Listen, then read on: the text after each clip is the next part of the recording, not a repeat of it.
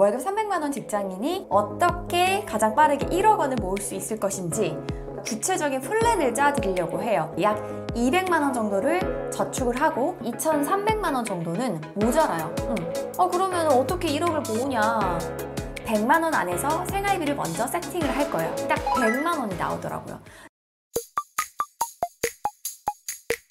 자, 그럼 여기서 200만 원을 저축을 하는데 그 200만 원은 어떻게 쪼개면 좋을까요? 궁금할 수 있어요. 저만 궁금한 거 아니죠. 이거는 사실 제 개인적인 의견입니다. 왜냐면 사람마다 저축이나 투자 성향이 다 다르기 때문에 제 기준으로는 일단 200만 원 중에 100만 원은 그냥 예적금에 올인해서 저축을 할 거예요.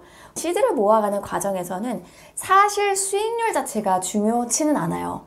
예를 들어서 한 3천만 원 정도 모을 때까지 그럼 한 1년 정도 이상은 모아야 되잖아요. 그 기간 동안은 수익률 1%를 더 주는 것보다는 내가 저축액 자체를 몇만 원 더 늘리는 게 효과적이거든요. 일단은 그냥 저축하는 습관을 잡기 위해서 예적금에 넣을 건데 다만 이 100만 원을 예적금 하나로 들지 않고 한 3개 정도로 쪼갤 것 같아요. 한 50만 원, 30만 원, 20만 원 이런 식으로.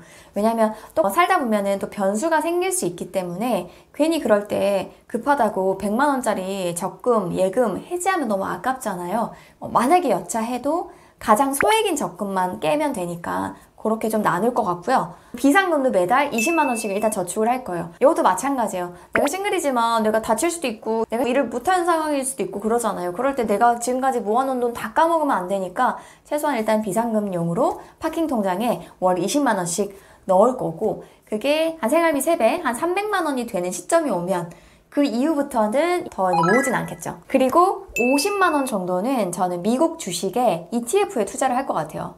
QQQ나 아니면 SPY처럼 대표 그 지수에 투자하는 최소 시장 수익률 이상은 항상 쫓아가는 그런 ETF에 넣어서 계속 불려나갈 것 같아요. 그리고 ETF들도 배당금을 주거든요. 아니면 배당주를 묶어놓은 ETF들이 있습니다.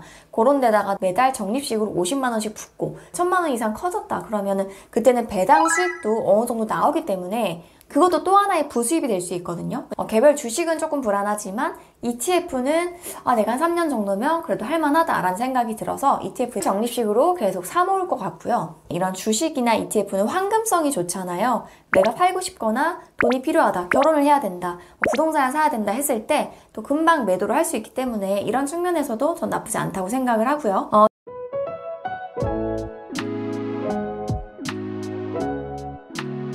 대신 연금은 10만 원까지만 들 것 같아요. 일단은 1억 원을 모은 이후부터는 상향할 수도 있지만 연금 같은 경우에는 묶여있는 돈이잖아요. 최소 한 5년, 10년 이상은 꺼낼 수 없는 돈이기 때문에 괜히 2, 30만 원 가입했다가 나중에 해약하거나 하면 무조건 손해가 나요. 근데 또 연금은 금액이 조금 적더라도 빨리 가입해서 오래 가져가는 게 중요하기 때문에 전 저축성 연금에 한 10만 원 정도씩 넣을 것 같아요. 그리고 세제 혜택도 받을 수 있고.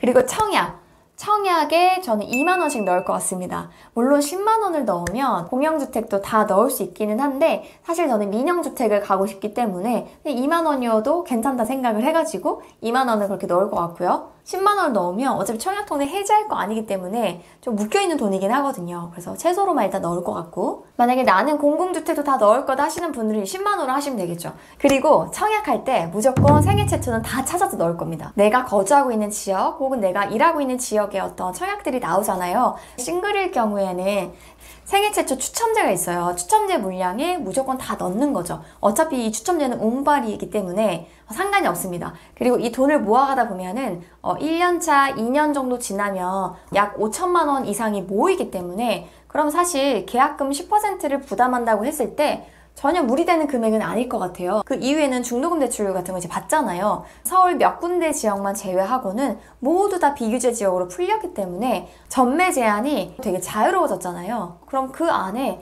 내가 계약금만 내고 중도금은 이제 부담이 없었는데 그 사이에 전매 제한이 풀려가지고 내가 뭔가 다시 매도를 했을 때 또 수익을 낼 수 있는 그런 기회가 생길 수도 있어요. 그래서 저는 생애 최초 분양은 항상 다 넣을 것 같습니다. 여기까지 오면 거의 한 180, 190 정도가 돼요. 나머지 한 10만 원, 15만 원 정도는 약간 리스크가 있지만 잘 됐을 경우에는 좀 수익률도 좋은 그런 투자 상품을 그때그때 조금씩 바꿔가면서 넣을 것 같아요. 그리고 ISA 계좌는 반드시 만들 겁니다. 월급 300만 원이면 연봉이 3,600이잖아요. 그러면 그 ISA 가입을 할 때 서민형에 가입을 할 수가 있어요. 3년 동안 세제 혜택을 한 400만 원은 공제가 되거든요. 그게 예적금도 되고 뭐 ETF도 되고 모든 투자 상품이 다 됩니다. 주식도 되고요. 400만 원을 아낄 수 있다는 건 사실 400만 원을 버는 것과 마찬가지예요. 그리고 ISA는 3년 안에 해지하고 또다시 가입할 수 있거든요. 내가 연봉 기준이 그렇게 높아지지 않는다면 3년마다 가입하고 해지하고 요거를 반복하면서 세금 혜택은 다 챙기는 그렇게 가져갈 것 같아요. 자, 그러면 월급 200만 원을 계속 저축하고 생활비 100만 원으로 살고 있는 와중에 더 벌기의 영역으로 가야 되잖아요. 그러면 뭘 할 거냐? 그 다음에 저는 직장인이니까 연봉을 올릴 거예요. 지금 다니고 있는 이 회사에서 내 가치를 증명해서 승진을 하거나, 지금 회사에서 정말 답이 없다, 여기는 승진이고 뭐고 간에 물가 상승률만큼도 뭔가 방어가 안 된다, 그럼 저는 과감하게 이직을 할 거예요. 제가 처음에 1억을 모을 수 있었던 시발점이 과거에도 이직이었어요. 투자를 잘하는 것도 중요하고 부수입을 내는 것도 중요한데, 일단 나의 본업이 직장인이라면 반드시 한 번은 이런 이직의 경험이나 내 몸값을 좀 이렇게 점프할 수 있는 경험은 꼭 해보셨으면 좋겠어요. 그때부터는 회사가 나의 노동을 착취하는 공간이 아닌 거예요. 내 돈을 벌어주는 곳으로 전 최대한 활용을 할 거예요. 회사 업무 중에서도 내가 조금 더 관심 있거나 좀 잘해볼 수 있거나 내 커리어에 도움이 될 수 있는 업무가 분명히 있어요. 몸 편하고 업무가 쉬운 곳에 있을 생각이 안 들어요. 내가 조금 몸이 힘들어도 일이 조금 빡세도 나한테 남는 것이 있는 부서로 저는 이동을 할 것 같거든요. 내가 열심히 한 만큼 성과를 낸다는 프로세스가 몸에 박히면 나중에 이 본업이 아니라 어떤 일을 해도 저는 그게 적용이 된다고 생각을 하거든요. 회사 생활의 불만보다는 내가 어떻게 하면 고가를 잘 맞을 수 있지? 어떻게 하면 내 커리어에 더 남을 수 있지? 이거를 많이 고민할 것 같고요.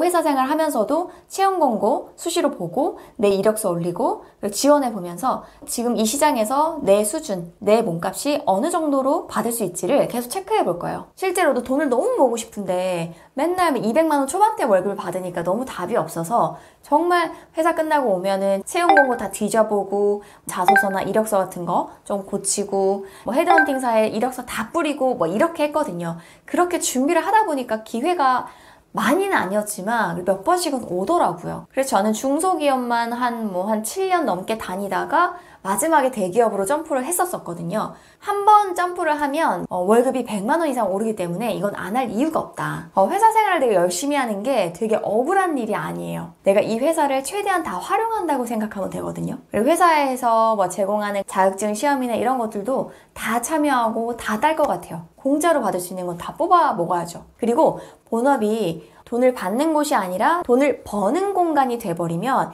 내가 나와서도 이 회사의 커리어를 활용해서 돈을 벌 수 있거든요. 회사 생활 한 것과 SNS를 연결할 수 있는 것이 무엇인지를 생각해보고 계속 기록을 해나갈 겁니다. 그리고 그 다음 플랜은 부수입을 만들 겁니다. 본업이 중심이지만 일단 부수입을 계속 만들어 나갈 거예요. 왜냐면 아까 그 모자란 금액이 한 2,300 정도 됐거든요. 이거를 36개월로 나눠보면 한 달에 60만 원 넘는 돈이 좀 부족하더라고요. 그럼 내가 요거를 채우기 위해서 물론 이직을 하거나 연봉을 높일 수도 있지만 사실 그거는 조금 장기적으로 봐야 돼요. 단기적으로 내가 한 달 한다고 해서 반짝 어떤 성과가 나오는 건 아니기 때문에 SNS를 무조건 시작할 거예요.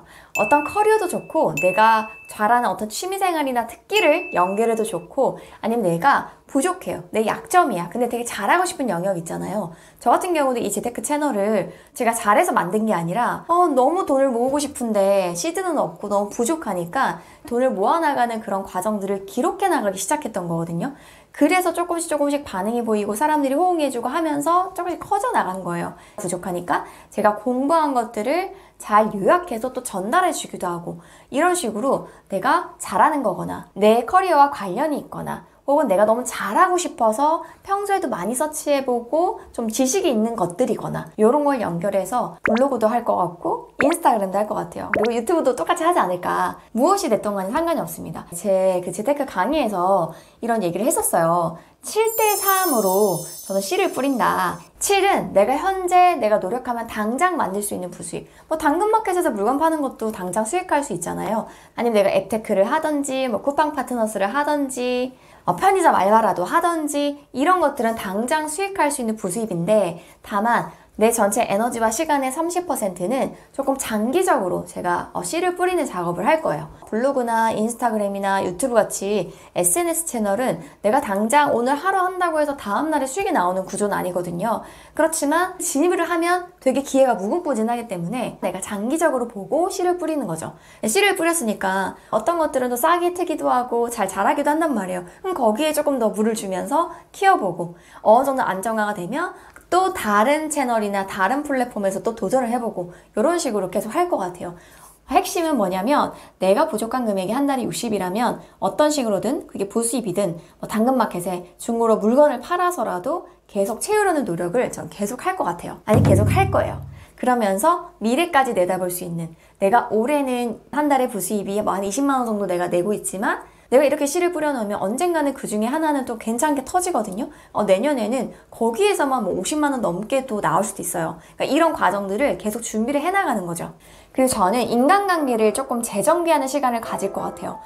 내가 평소에 친했던 친구들을 모두 관계를 끊는다는 얘기는 아니고 정말 친했던 친구는 사실 손에 꼽잖아요, 우리가. 그런 친구는 뭐 한 달에 한두 번만 만나도 충분하니까 그런 모임을 최소화하고 좀 더 생산적인 모임에 들어가서 새로운 인간관계를 만들 거예요. 왜냐면 환경이 사람을 바꾸잖아요. 20, 30대 싱글분들이 사람을 만나고 싶은데 어디서 만나야 될지 모르겠다. 술을 먹는 모임이라던가 어디 즐기러 가는 모임이면 거기서 정말 어떤 연인이라도 만든다면 그게 수학이겠지만 그게 아니면 나한테 남는 게 없어요. 예를 들어서 러닝 모임에 간다. 그럼 건강 챙길 수 있잖아요. 내가 거기에서 좋은 인간관계를 만들어서 사람도 사귈 수 있지만 사람을 못 사귀어도 나한테 건강한 습관을 만들 수 있잖아요. 독서 모임 같은 거, 재테크 모임, 자기계발 모임 같은 거 이런 것들은 꾸준히 할 것 같아요. 나랑 비슷한 사람들 혹은 돈이나 자기계발이나 이런 쪽에 관심 있는 사람들끼리 모이기 때문에 만약에 내가 싱글이면 그런 곳에서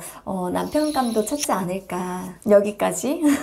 돈을 모으기 전과 돈을 모으기로 결심한 이후의 삶은 되게 다르거든요. 내가 바라봐야 되는 방향도 다르고 결도 다르고 그 만나는 사람들의 성향도 되게 달라요. 나 혼자는 열심히 돈을 모으고 싶은데 내가 항상 만나는 사람은 기존과 똑같고 대화거리도 매번 뭐 쇼핑, 연애, 연예인, 가십 이런 얘기로만 한정이 되면 결국에는 좀 내 의지가 좀 약해지거든요. 이쪽 세계에서는 정말 나랑 친한 절친 한 뭐 두세 명 정도 볼 것 같고 나머지 시간은 내가 1억을 모으기 위해서 혹은 나를 좀 발전하기 위한 생산적인 모임에 가입을 해가지고 서로 시너지를 내는 그런 경험을 할 것 같아요. 근데 사실 이런 거는 돈이 없어도 할 수 있잖아요. 러닝 모임이 꼭 돈이 뭐 있어야 할 수 있는 것도 아니고 뭐 새벽 독서 모임이다. 책 읽는 거야. 뭐 모바일로도 요새는 다 구독 서비스가 있기 때문에 돈을 그렇게 많이 쓰지 않고서도 좋은 사람들과 관계를 맺을 수 있는 장이 저는 많다고 생각해요. 자, 이렇게 해서 제가 정리를 해보면 처음에는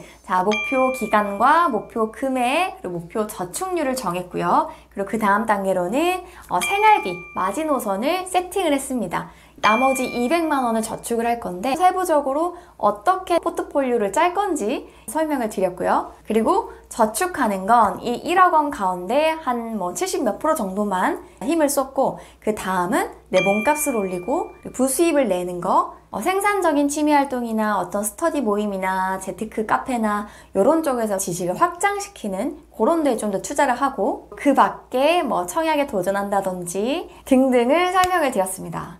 오늘은 월급 300만 원으로 종잣돈 1억 원 만드는 방법 되게 구체적으로 저만의 테크트리를 설명을 드렸는데요. 사실 제 말이 정답은 아니에요. 왜냐면 사람마다 돈을 모으는 성향이나 취향이나 그런 게 다 다르기 때문에 하지만 또 제 채널이니까 진짜 친한 동생이 이제 300만 원밖에 없는데 어떻게 1억을 모아야 하냐라고 물어봤을 때 실제로 이런 식으로 내가 조언을 해주고 싶다 라고 했던 걸 오늘 꾹꾹 압축해서 영상으로 보여드렸습니다.